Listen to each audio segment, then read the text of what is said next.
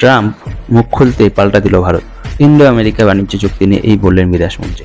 24 ঘন্টাও গেল না ভারত মার্কিন বাণিজ্য চুক্তি এ নিয়ে ডোনাল্ড ট্রাম্প মুখ খুলতেই পাল্টা দিল ভারত। বিদেশমন্ত্রী এস জয়শঙ্কর বুঝিয়ে দিলেন, সম্মানজনক চুক্তি না হলে সেখানে নেই ভারত।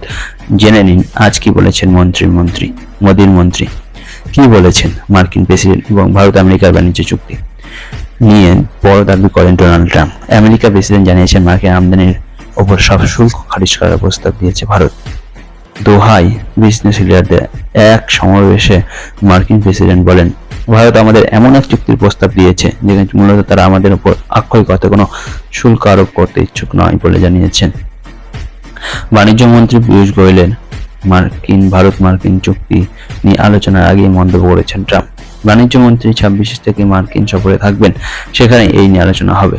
পাল্টা কি বলেছেন বিদেশমন্ত্রী? এই দিন এই প্রসঙ্গে মুখ খুলল ভারত। সাংবাদিকদের প্রশ্নের উত্তরে বিদেশমন্ত্রী এস জয়শঙ্কর বলেন, যে কোনো বাণিজ্য চুক্তি দুই পক্ষের জন্য লাভজনক হওয়া উচিত। এই চুক্তি উভয় দেশের জন্য কাজে লাগতে হবে। বাণিজ্য চুক্তি থাকে আমাদের এটাই প্রত্যাশা।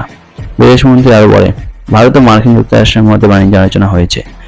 এগুলো জটিল আলোচনা। সবকিছু ঠিক না হওয়া পর্যন্ত কিছুই সিদ্ধান্ত নেওয়া হয় না। যতক্ষণ না এটি সম্পূর্ণ হয় ততক্ষণ পর্যন্ত এটি সম্পর্কে কোনো মন্তব্য অকাল রায় দেওয়ার সমান। বৃহস্পতিবার সংবাদ সংস্থা এনআইএ এর সঙ্গে কথোপকথনের সময় এই মন্তব্য করেন এস জয়শঙ্কর। পাকিস্তানে এই মন্তব্য করেন বিদেশমন্ত্রী। এখানেই সেখানেই শেষ নয়।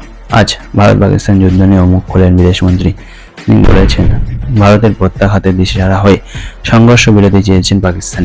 স্যাটেলাইট ইমেজেও পাকিস্তানের ধ্বংসের ছবি ধরা পড়েছে। সুতরাং বোঝা যাচ্ছে কারা কোন সংঘর্ষ বিরতি চেয়েছিল। পাকিস্তানের সঙ্গে যুদ্ধবিরতি না করলে ভারতের বাণিজ্য ক্ষতির হুমকি দিয়েছেন মার্কিন প্রেসিডেন্ট। যদিও মোদী সরকার জানিয়ে দেন অপারেশন সিন্দুর এখনো বন্ধ হয়নি। পাকিস্তান হামলা করলে এবার বুঝিয়ে দেবে ভারত আর কোনো নিউক্লিয়ার ব্ল্যাকমেল সহ্য করবে না। বৃহস্পতিবার প্রধানমন্ত্রীর বক্তব্যের প্রতিফলন দেখা গেল ভারত